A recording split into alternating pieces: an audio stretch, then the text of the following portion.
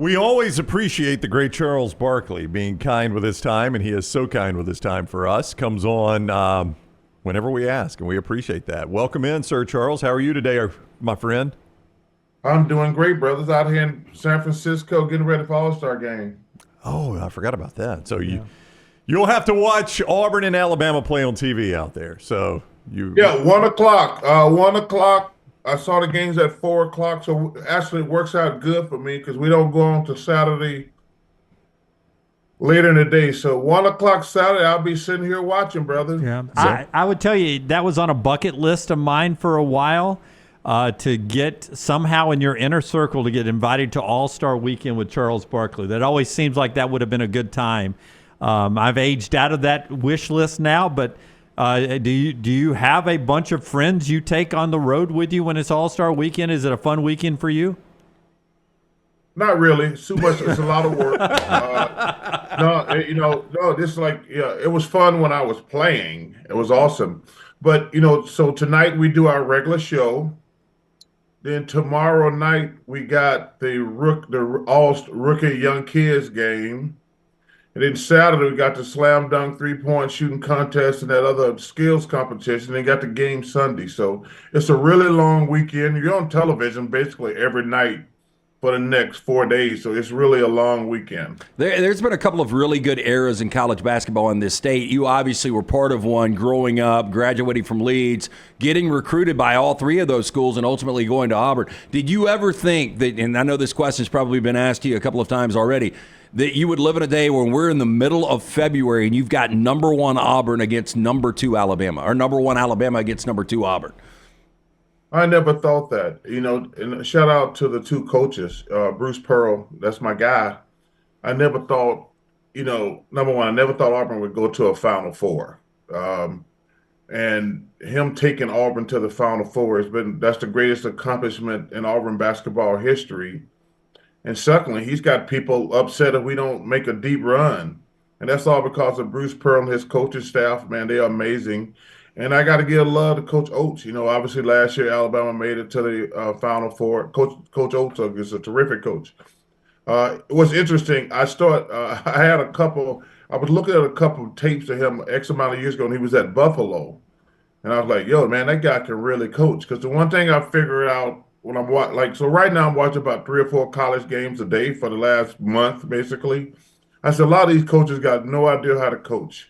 They never make in-game adjustments. If something working for the other team, they let them do it. Sometimes I'm sitting here watching, even right now in March Madness, I'll be like, they just ran the same play 4 times in a row and either scored or got a good shot every single time. You need to make an adjustment. But we're very lucky to have Coach Pearl at Auburn. And I'll tell you what, I hate to give Coach Oates his flowers, but, man, he's done a hell of a job down in Tuscaloosa. He has, and we'll start with Alabama. We'll talk about both of them with Charles Barkley. He runs a style that is closer to what the pros are running that you watch every night than a lot of coaches run, yet it seems so much more entertaining on the collegiate level at times. Charles, why is that? Well, that's a great question. Well, number one, I don't think they play as many games. Well, obviously that sounds stupid, but to see it twice a week instead of 7 days a week is probably a big reason why.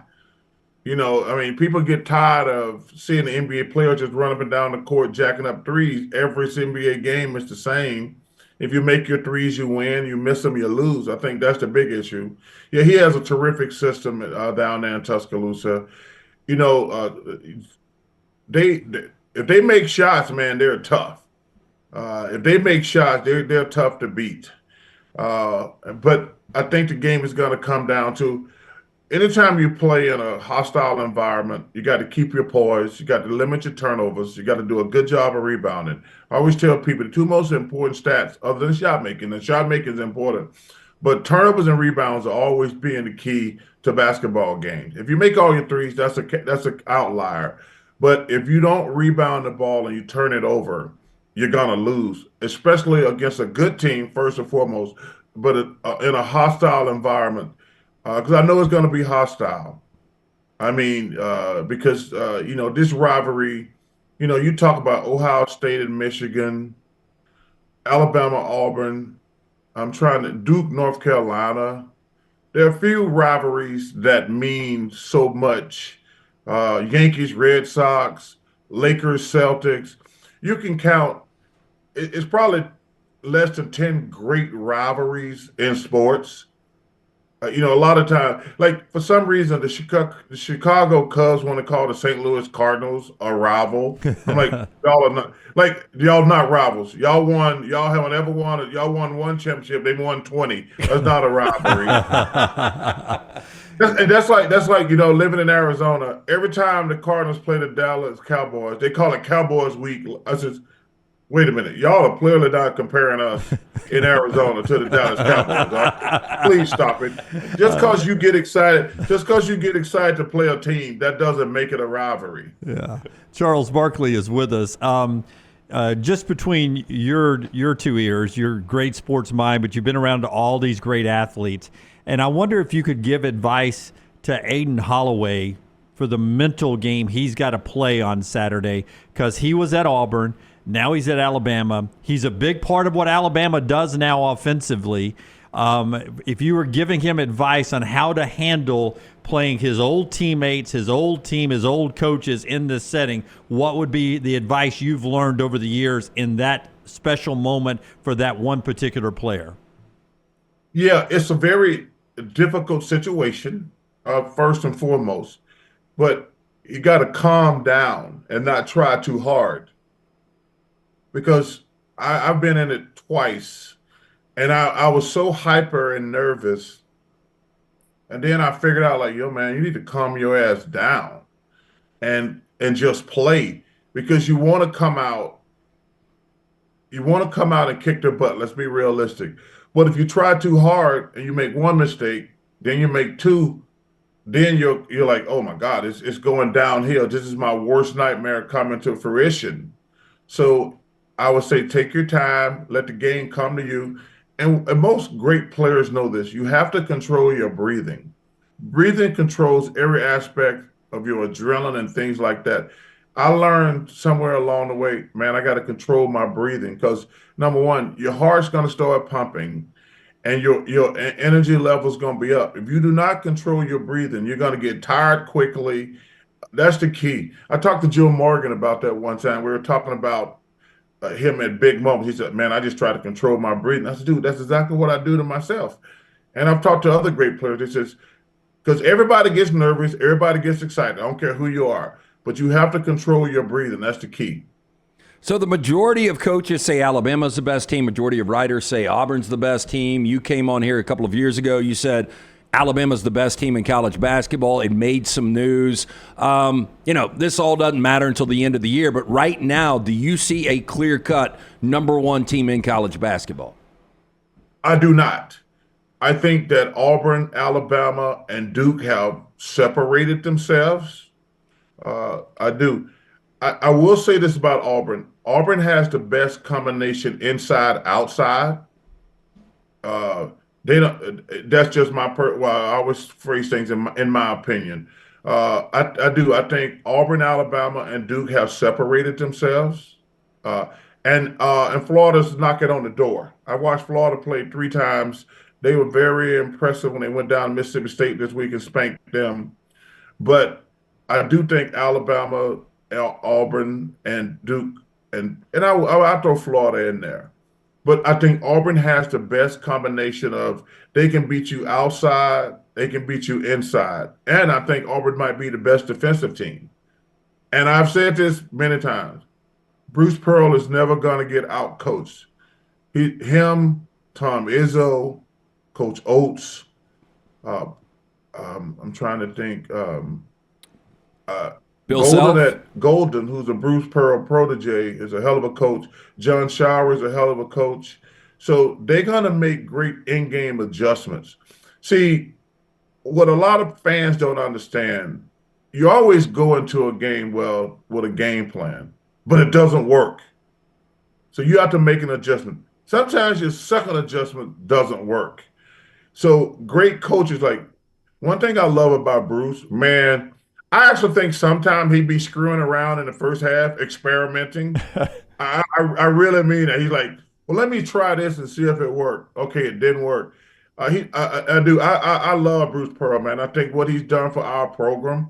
See, the only thing that worries me about Auburn, I'm not gonna lie, he has built our expectations. Like people, the last 2 years have been disappointed because Auburn didn't win a game in the tournament, and now we've been basically number one all year. So I know how the Auburn fans are gonna react. I think, and listen, I'll be honest, we got to at least make it through the first weekend. You cannot be one all year. Like I say, we were disappointed the last couple of years, but that's okay. That's what Bruce has raised our expectations up here. But this year is going to be even more pressure because they've been number one all year. They got to at least make it past the first weekend this year. Same thing in Alabama. They went to the Final Four. So I think Coach Oates gets, if they were to lose early, he gets a hall pass because Final Four is so. But, Auburn's lost in the first round of the tournament, first weekend the last couple of years. You can't be number one all year and do that again this year. Charles, have you met Alabama fans? I mean, do you not think they expect to be back in the Final Four again this year? Well, the good thing about them sucking at football right now, they're not running around, running up in your face all the time saying, "Roll, roll." When the GOAT left, I said, man, this is going to change things. You don't go from the greatest coach ever. And see, this is how such jackasses they are. They lost 4 games, right? Yes. Let me tell you something. I'd kill for us to only lose 4 games. See, that's why. See, Alabama's a great school, and you guys know how much love and respect I got for Coach Saban, and I'm wishing Coach Hugh Freeze nothing but the best. I love that guy; he's awesome. But like the reason you hate Alabama fans, they lost 4 games. They thought it was damn apocalypse. I mean, they're like, oh, it's the end of the world. But hey, it's really when you're great at something, you have high expectations. So, hey, man, it's gonna be fun. I will tell you, I'm trying to figure out, honestly, is it better to lose in the SEC tournament like the first game, or try to beat 3 or 4 great teams and you're totally exhausted by the time you get to March Madness? I was actually, because we get all our notes on every team and tapes on every team starting. I normally start my prep like January the 2nd or 3rd after I sober up from New Year's Eve. And so I'm looking at all these notes. I'm like, man, the SEC is amazing, but like you're going to get beat up all season. But when you go to that SEC tournament, if you have to win 3 games in 3 days, are you going to be mentally or physically exhausted by the time March Madness comes around? I think that's a very fair thing. As a coach, you have to say, like, we're not out here trying to tank it, but I ain't going to be too upset if we lose the first game and we drop from number 1 seed to a 2 seed. I would say coming out of Nashville last year, I would not have spent any money on Alabama stock, and I would have bought a lot of Auburn stock. Yeah, I did. Yeah, and to your point, the opposite of what you thought would have happened. Alabama pieced it together and made a run, and Auburn couldn't. It's tough, man, because like you say, and the SEC is better than last year. Yep, the SEC is much better. I mean, I think South Carolina, which almost won their first game in conference last night. Vandy is decent. And I think the rest of the teams are ranked, right? Yeah, pretty much. Pretty much in the tournament, yeah. I mean, it's South Carolina's 0-11, but they beat Clemson, and everybody else is either on the bubble or in the bracket with Lenardi. So, yeah, absolutely. Hey Chuck, Yeah, so where go are ahead, you? brother. Where are you on Janai Broome at the next level? Because I said a couple of days ago, like he's one of those guys. If you didn't have eligibility run out, which we might get to that one day when these guys become employees of the universities and they don't have like they can continue to play. Like he would be one of those guys that can make seven figures every year playing at the college level. But how do you think his game translates to the NBA? Well, I prefer. No, I don't like talking about college kids in the pros because I think you have to wait and let it play out. I'm a really pull for him in the pros. He's going to get an opportunity. He's going to get an opportunity to play in the pros. I would love to see him in the pros. Uh, but he going to have to make it in the pros, and that he going to get every opportunity because he's a great college player. He's a great college player, and I want to see him do well. But he's going to get an opportunity to play in the pros. Do you, as you watch him right now, there are a lot of Auburn fans that are concerned about his explosion as he continues to fight back from that ankle injury. Does he seem like he's struggling to finish at the rim to you? I think, man, when you hurt your ankles, the number one thing, first of all, you have to get your confidence back. Because, like, every time you take a step, you're going to get somebody to stab you in your ankle. So, number one, he's going to have to get his confidence back. But I think he's going to be fine. I thought he played well against Vandy. And but to Saturday's game, man, I can't wait to watch that game because as a player, there's no better, number one, especially when you got a good team. There's no better environment when you play against another good team because that's all you dream of as a player. Like, oh, I get to play against another great team, especially on the road, because you know it's going to be hostile. Those are actually, if you talk to players, they'll tell you those are more fun. Those are more fun than playing at home. Yep. Chad Baker-Mazara hasn't had his last two games have not been great offensively. What do you see from Chad Baker, and how important is he to this Auburn basketball team with his energy and his emotion and his defense? Well, I think number one, his energy and defense are a big part of what we do. I think what he's got to do is put his damn head down and go to the basket. Guys have to understand when you're not shooting the ball well, shooting a basketball is the hardest part of any basketball game because you're not going to make 100% of your shots. The best shooters in the world only make 50% of their shots. Let's get that. So that tells you Steph Curry, as great as he is, he don't shoot 65% from three. He shoots like 45%, somewhere in that range. He's the greatest shooter ever. So if the greatest shooter ever going to go and not going to shoot 50%, you probably ain't going to shoot 50. But when you're struggling, first of all, you have to remember something. Even if you're not making shots, you said it, Jim. Energy and defense. Energy to me is the most underrated part of sports. Like if you bring energy, we can work with you. But sometimes when you're struggling with your shot, man, go to the basket. Get a couple free throws. You'll be surprised how big the basket look after you make 2 or 3 free throws. And that'll open up everything. But Chad, all he got to do is bring energy and defense. That's one of the most important aspects of this thing, I'm telling you, energy level, especially on the road. Go back to Super Bowl 59. How was your weekend? Did you have the right side? Well, I had the right side. You guys know I'm an Eagles fan.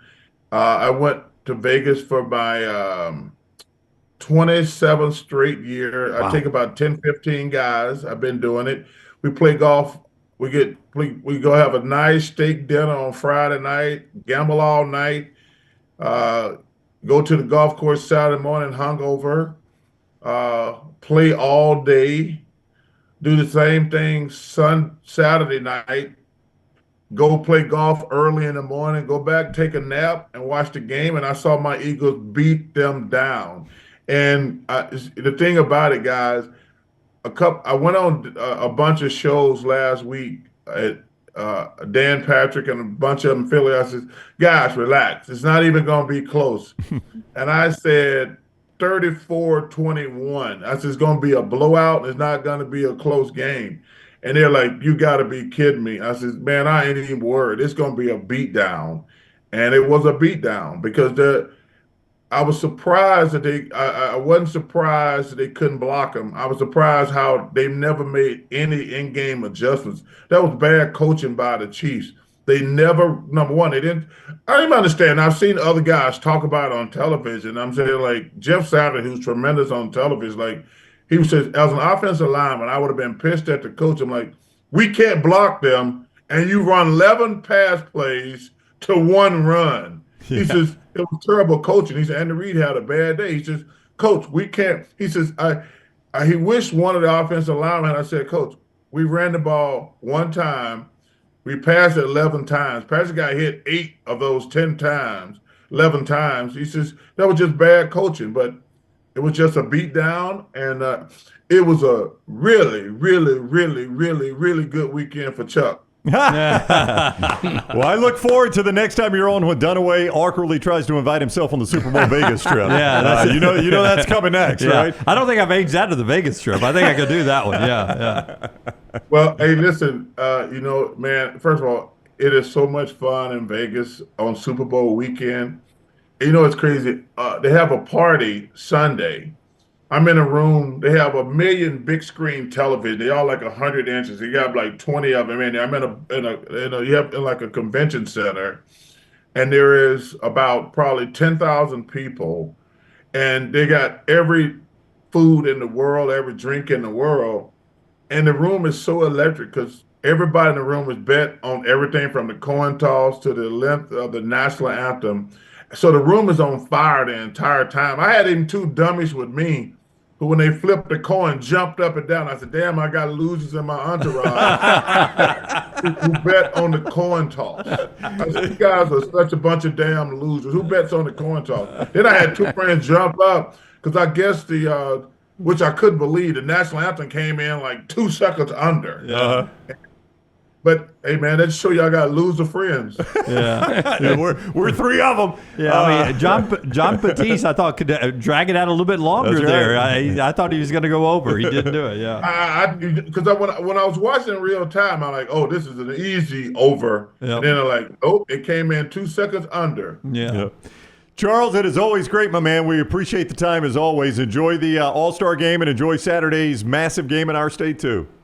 All right, man. I can't wait. Hey, I appreciate you guys, man. And War Damn Eagle. All right, buddy. We'll see you soon. Thank you, Charles. Take care. Yes, sir. That is Charles Barkley, the Auburn great and NBA great with us on the JohnstonRVCenter.com hotline.